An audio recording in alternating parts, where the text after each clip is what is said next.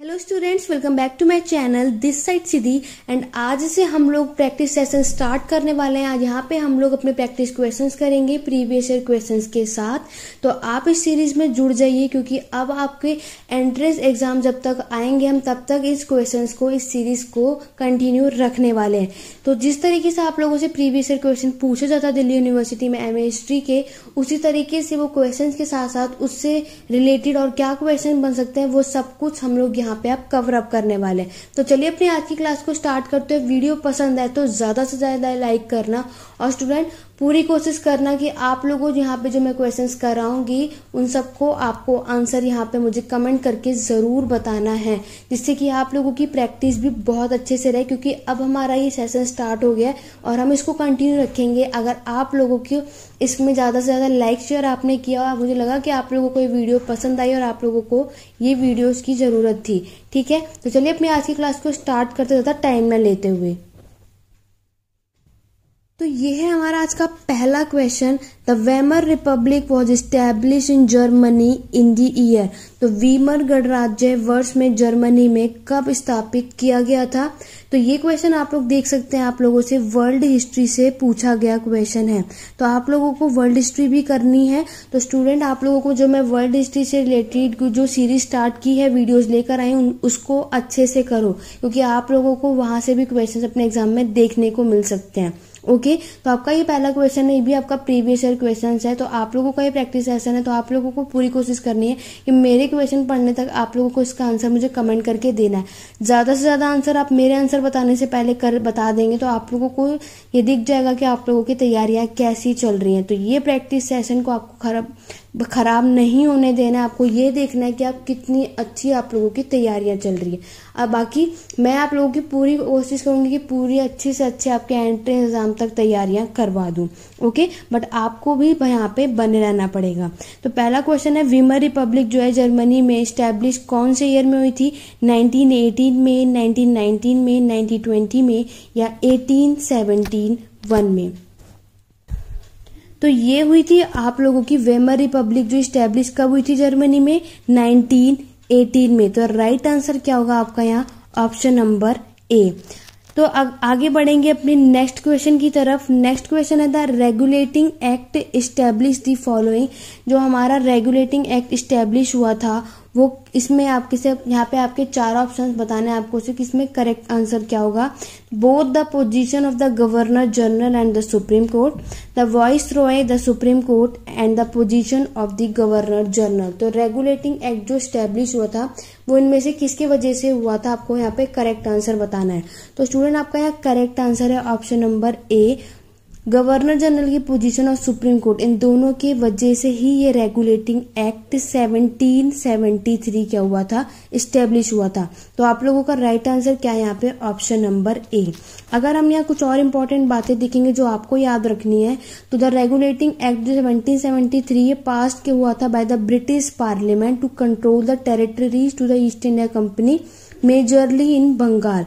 तो अगर आप लोगों ने स्टूडेंट टेलीग्राम चैनल ज्वाइन कर रखा है तो वहां मैं आप लोगों के लिए क्विज भी अपलोड करती हूँ। तो ये क्वेश्चन आपको वहां भी देखने को, क्योंकि आपके इसी तरीके से प्रीवियस क्वेश्चन पूछे जाते हैं और पूछे गए भी हैं। तो वहां पे मैंने आपको ये बताया था कि 1773 का विनियमन अधिनियम ब्रिटिश संसद द्वारा बंगाल के मुख्य रूप में ईस्ट इंडिया कंपनी के क्षेत्र को क्या करना है, नियंत्रित करने के लिए पारित किया गया था। क्लियर हो गया। तो याद रखना है आपको बंगाल, ठीक है। ये जगह कहाँ पे थी, बंगाल, और ब्रिटिश पार्लियामेंट के द्वारा ये पास हुआ था। ये पॉइंट भी आपको क्वेश्चन में देखने को आगे मिल सकता है। क्लियर हो गया। आगे बढ़ेंगे नेक्स्ट क्वेश्चन की तरफ। नेक्स्ट क्वेश्चन है आप लोगों का, which of the following is not a Sufi order. निम्नलिखित में से सूफी आदेश नहीं है। पहला है रहमती, दूसरा है कादरी, तीसरा है नक्शबादी, चौथा है आपका सुहारवाड़ी। तो स्टूडेंट आपको याद रखना, आपके सूफी और चिश्ती, सूफी से रिलेटेड भी आपको एक ना एक क्वेश्चन आपके एग्जाम में देखने को जरूर मिलेगा। तो कोशिश करो कि इस टॉपिक को भी आप अच्छे से कर लो। और यहाँ पे आपसे पूछा गया है कि सूफी ऑर्डर इनमें से कौन सा एक नहीं है सूफी आदेश, तो वो है आप लोगों का ऑप्शन नंबर ए, रहमती। बाकी के सारे ऑप्शन जो है वो सूफी ऑर्डर है। अगर आप लोग यहाँ डिटेल में देखना चाहेंगे तो यहाँ पे आप लोग देख सकते हैं कि यहाँ पर आप लोग जो ऑर्डर है, देखो रिफाइया भी है, कादरिया भी है, सहादिया भी है। ठीक है, ये जितने ऑप्शन है आपको ये सारे के सारे क्या हैं, ऑर्डर्स आप लोगों के सूफी के हैं। बट जो पहला ऑप्शन था वो रॉन्ग था, इसीलिए। क्लियर हो गया। तो राइट आंसर क्या है, रहमती। बाकी कादरी, नक्शबादी, सुहारवाड़ी ये सारे के सारे आपके सूफी ऑर्डर हैं। आप चाहे तो इस सूफी ऑर्डर के स्क्रीनशॉट ले सकते हैं, अदरवाइज आप लिख भी सकते हैं कि उसको याद जरूर कर लेना। इस तरीके से क्वेश्चन आपको देखने को जरूर मिलेगा। आगे बढ़ेंगे अपने नेक्स्ट क्वेश्चन की तरफ। नेक्स्ट क्वेश्चन है आप लोगों का, who first discussed the urban revolution. जिन्होंने पहली बार शहरी क्रांति पर चर्चा की थी वो कौन थे? मोहम्मद हबीब, IH कुरैशी, RP त्रिपाठी या सुनील कुमार। तो बताइए इसका राइट आंसर क्या होगा। स्टूडेंट आज जो मैं आप लोगों को यहाँ क्वेश्चंस कराऊंगी प्रीवियस ईयर में पूछे गए क्वेश्चंस हैं, तो आज आप लोग देखो कि आपने प्रीवियस ईयर अगर क्वेश्चंस कर रखे तो आप लोगों को कितनी तैयारी है, क्योंकि जो इसकी नेक्स्ट वीडियो में लेकर के आऊंगी उसमें मैं आपको प्रीवियस ईयर क्वेश्चन के साथ साथ अपनी तरफ से भी क्वेश्चन एड अप करने वाली जो आपसे एग्जाम में आगे जाके पूछे जा सकते हैं। तो इसीलिए अब हमारी जो प्रैक्टिस सेशन स्टार्ट हुआ है ये आपके एंट्रेंस एग्जाम तक चलने वाली है और आपको बहुत मेहनत करनी है मेरे साथ साथ। तो आपको भी अपना बेस्ट देना है, तो पूरी कोशिश करो कि जब भी यहाँ पे जितने भी प्रैक्टिस सेशन आएंगे आप लोगों को यहाँ पे टाइम पर लाइव रहना है और सारे के क्वेश्चंस के आंसर मुझे कमेंट करके बताना है। ओके, और उसी तरीके से आप लोगों की प्रैक्टिस भी बहुत अच्छे से रहेगी। अदरवाइज टेलीग्राम चैनल ज्वाइन कर लो, वहां पे भी मैं क्विज अपलोड करती हूँ, आपको वहां भी बहुत हेल्पफुल रहेगा। क्लियर हो गया स्टूडेंट। तो अर्बन रेवोल्यूशन जो है ये फर्स्ट टाइम डिस्कस किया था किसने? मोहम्मद हबीब ने। तो आपका राइट आंसर क्या है यहाँ पर? Option number A. क्लियर। आगे देखेंगे अपने नेक्स्ट क्वेश्चन की तरफ। नेक्स्ट क्वेश्चन है हमारा, भारतीय इतिहास में उनका सामंतवाद था, ये सवाल किसने उठाया? Who raised the question, was there feudalism in Indian history. तो ये जो क्वेश्चन है ये किसने उठाया था? BNS यादव ने, RS शर्मा ने, BD चट्टोपाध्याय ने या नन ऑफ दीज। तो बताइए इसका राइट आंसर क्या होगा। तो इसमें से आप लोगों का क्या आएगा यहाँ पे? नन ऑफ दीज, क्योंकि ये लाइन बोली थी आप लोगों की हरबंस मुखिया ने। ठीक है, तो ये लाइन जो बोली थी, ये जो क्वेश्चन उठाया था was there feudalism in Indian history, वो थे हरबंस मुखिया। तो यहाँ पे इसलिए आपका राइट आंसर क्या होता है? Option number D, none of these. Clear हो गया। आगे बढ़ेंगे नेक्स्ट क्वेश्चन की तरफ। During the 4th Mysore war the governor general of India was, जो हमारा चौथा मैसूर युद्ध के दौरान भारत का गवर्नर जनरल कौन था? आपके ऑप्शन दे रखे हैं, Arthur Wellesley, Warren Hasting, Richard Wellesley या चार्ल्स कॉर्नवालिस। अगर आप लोगों ने स्टूडेंट मेरी बैटल्स वाली वीडियो देखी होगी तो आप लोगों को इन क्वेश्चंस के आंसर करने में प्रॉब्लम नहीं आएगी, क्योंकि वॉर से रिलेटेड भी आपको प्रीवियस क्वेश्चंस देखने को मिलते हैं। इसलिए अगर आपने वो वीडियो ना देखी हो, लिंक डिस्क्रिप्शन में पूरी बैटल्स कंप्लीट कर लो। एक एक क्वेश्चन अगर आप इसी तरीके से करते जाएंगे तभी आप लोग अच्छे मार्क्स अपने एंट्रेंस एग्जाम को क्लियर कर पाएंगे। तो आपका जो ये चौथा मैसूर का वॉर था उस समय जो गवर्नर जनरल था वो थे वॉरेन हेस्टिंग। तो आपका राइट आंसर होता है यहाँ पे ऑप्शन नंबर बी। तो 4th Anglo Mysore war was a conflict in South India between the kingdom of Mysore against the British East India company और हैदराबाद डेक्कन। तो ये जो आप लोगों का 4th एंग्लो मैसूर का जो युद्ध हुआ था ये ब्रिटिश ईस्ट इंडिया कंपनी और हैदराबाद डेक्कन के खिलाफ दक्षिण भारत में ये एक संघर्ष हुआ था। ठीक है, ये एक क्या था? 4th एंग्लो मैसूर वॉर, ये एक फाइनल था, ये फाइनल युद्ध था, क्योंकि आप लोगों को पता है ये जो यहाँ पर ये 4 एंग्लो मैसूर युद्ध लड़ा गया था, तो ये आखिरी था। अंग्रेजों ने मैसूर की राजधानी पर अब यहाँ पे क्या कर लिया था? कब्जा कर लिया था। तो ये सारी इंपॉर्टेंट बातें याद रखना, आपको डेट याद रखनी है, किसके किसके बीच में हुआ था वॉर, ये याद रखना है। इसीलिए स्टूडेंट ये पॉइंट्स मैंने आप लोगों के लिए लिखे था कि मैं सिर्फ आपको एक ही क्वेश्चन नहीं, इस क्वेश्चन से आगे और क्या क्वेश्चन बन सकते हैं वो सबकी तैयारियां करवा सकूं। ओके, आगे देखेंगे अपने नेक्स्ट क्वेश्चन की तरफ। नेक्स्ट क्वेश्चन है आप लोगों का, रोबोट वेनके रिसर्च डील विद। तो जो रॉबर्ट वेनके के शोध साधु के साथ उन्होंने किस पे किया था? तो मानव जाति की प्राज्ञ ऐतिहासिक पे, आधुनिक भारतीय साहित्य, समकालीन भारतीय कला या उपयुक्त कोई भी नहीं। तो रॉबर्ट वेनके ने जो रिसर्च की थी वो की थी pre history of Mankind. Option number A यहाँ पे आप लोगों का राइट आंसर है। ये आप लोगों का प्रीवियस ईयर क्वेश्चन था स्टूडेंट।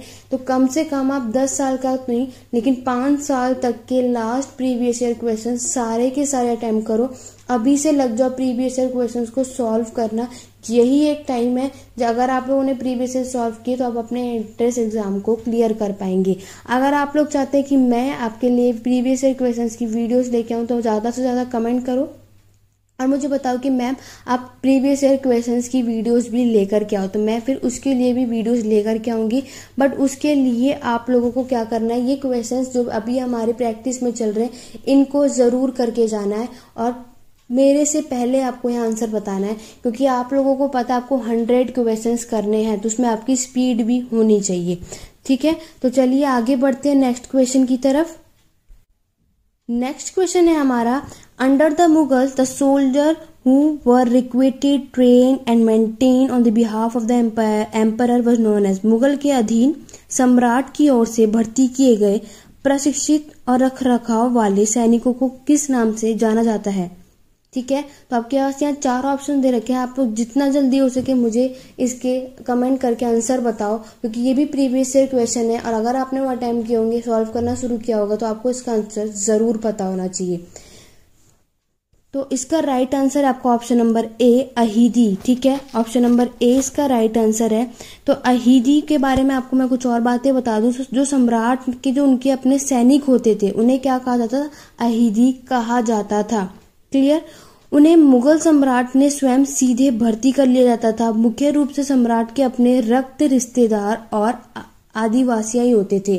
तो इसमें जो ये लोग अपने यहाँ पर जो सोल्जर्स को जो अपनी सेना बनाते थे, जो मुगल्स के लोग, वो उनके मैक्सिमम ब्लड रिलेटिव और ट्राइब्समैन ही होते थे। They had their own pay roll and pay master and were better paid than regular horseman and sowars. तो वो अपने स्वयं के वेतन रोल और वेतन मास्टर थे, वे बेहतर नियमित घुड़सवारों से क्या करते थे, भुगतान किया करते थे।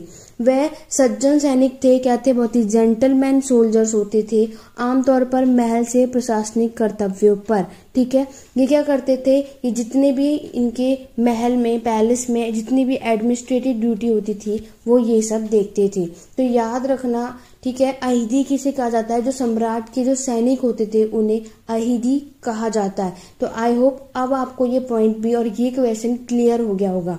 आगे बढ़ेंगे अपने नेक्स्ट क्वेश्चन की तरफ। नेक्स्ट क्वेश्चन है आप लोगों का, हेनरी विवियन डेरोजियो यूरोशियन शिक्षक थे। ठीक है, तो इसका राइट आंसर बताना है कि ये कहाँ के शिक्षक थे। Hindu college in Delhi, Hindu college in Calcutta, president university के, या इनमें से कोई भी नहीं। तो हेनरी विवियन डेरोजियो जो है ये कहाँ के टीचर थे, हिंदू कॉलेज ऑफ इन कलकत्ता में। तो आपका राइट आंसर क्या है, ऑप्शन नंबर बी। अगर आप यहाँ इनकी इंपॉर्टेंट बातें देखेंगे तो हेनरी लुइस विवान जो है ये एक एंग्लो इंडियन पोएट है और असिस्टेंट हेडमास्टर थे कहाँ के, हिंदू कॉलेज की। Okay, he was a radical thinking of his time and one of the first Indian educator to disseminate Western learning and science among the young men of Bengal. ये एक पहले educator थे जिन्हें क्या होता था, इन्हें वेस्टर्न की समझ थी, वेस्टर्न लर्निंग और साइंस के बारे में इन्हें नॉलेज थी। ये उस टाइम के सब बंगाल के सबसे यंग मैन थे। क्लियर हो गया, तो ये सारे पॉइंट आपको इनसे रिलेटेड याद रखने हैं। आगे बढ़ेंगे नेक्स्ट क्वेश्चन की तरफ। नेक्स्ट क्वेश्चन आप लोगों से पूछा जा रहा है कि high school in which Gandhi ji studied was located in. जो गांधी जी ने जो हाई स्कूल में पढ़ाई की थी वो कहाँ स्थित थी, राजकोट, बॉम्बे, पोरबंदर या भावनगर में। तो इसका राइट आंसर क्या है, ऑप्शन नंबर ए राजकोट में। आप लोग मुझे कमेंट करके बताएंगे उनका कॉलेज का नेम और वो कहाँ पर था और उनकी डेट, उनका ईयर आप लोगों को कमेंट करके बताना है। ओके स्टूडेंट, आगे देखेंगे नेक्स्ट क्वेश्चन की तरफ। नेक्स्ट क्वेश्चन है द रेगुलेटिंग एक्ट ऑफ 1773। तो 1773 का विनियमन अधिनियम क्या था, retain company monopoly in the China trade, establish the supreme court, establish the criminal code, या नन ऑफ दी अबव। तो स्टूडेंट अभी मैंने आपको रेगुलेटिंग एक्ट ऑफ 1773 के बारे में बातें बताई हैं। अब ये आप लोगों का आज का होमवर्क है, तो आप लोग मुझे कमेंट करके इसका आंसर बताएंगे कि, क्योंकि ये क्वेश्चन भी आपका प्रीवियस ईयर क्वेश्चन है और रेगुलेटिंग एक्ट से रिलेटेड भी आपसे एग्जाम में क्वेश्चन पूछे जाते हैं। तो अगर आप लोगों को पूरी कोशिश करनी है, आप लोग मुझे ज्यादा से ज्यादा कमेंट करके बताएंगे कि इस क्वेश्चन का आंसर क्या होगा और क्यों होगा। अगर आप लोग मुझे इसको एक्सप्लेन करके भी देंगे तो बहुत ही अच्छी बात है, इससे आपको पता चलेगा और भी आप लोगों की नॉलेज बढ़ेगी। ओके स्टूडेंट, ऐसे हम पूरी कोशिश करेंगे, प्रैक्टिस सेशन करेंगे और लास्ट में मैं आपको एक ऐसा क्वेश्चन जरूर दूंगी जो आपके लिए होमवर्क होगा और आपको उसका मुझे आंसर बताना होगा। ओके, तो आज की क्लास में बस इतना ही। वीडियो पसंद आए तो लाइक करो, शेयर करो, चैनल पर नए हो चैनल सब्सक्राइब कर लो, बेल आइकन प्रेस कर लो, चैनल को सब्सक्राइब करो स्टूडेंट, ताकि आप इस प्रैक्टिस सेशन में जुड़ जाओ, ताकि आगे जो वीडियोस आएंगे आपके लिए बहुत हेल्पफुल होने वाली है। मैं आपके लिए आगे वर्ल्ड हिस्ट्री के क्वेश्चंस लेकर आने वाली हूँ। इस प्रैक्टिस सेशन को कंटिन्यू रखूंगी जब तक आपका एंट्रेंस एग्जाम नहीं आ रहा। बस आपको मेरे साथ बने रहना है। वीडियो पसंद आए ज्यादा से ज्यादा लाइक शेयर जरूर करना। आज की क्लास कैसी लगी सब कुछ कमेंट करके बताना। आज की क्लास में कितने क्वेश्चन आप लोगों ने अटेम्प्ट करे, कितने आप लोगों को करेक्ट थे, सब कुछ मुझे कमेंट करके बताना। ओके स्टूडेंट, आज की क्लास में बस इतना ही। Thank you for watching.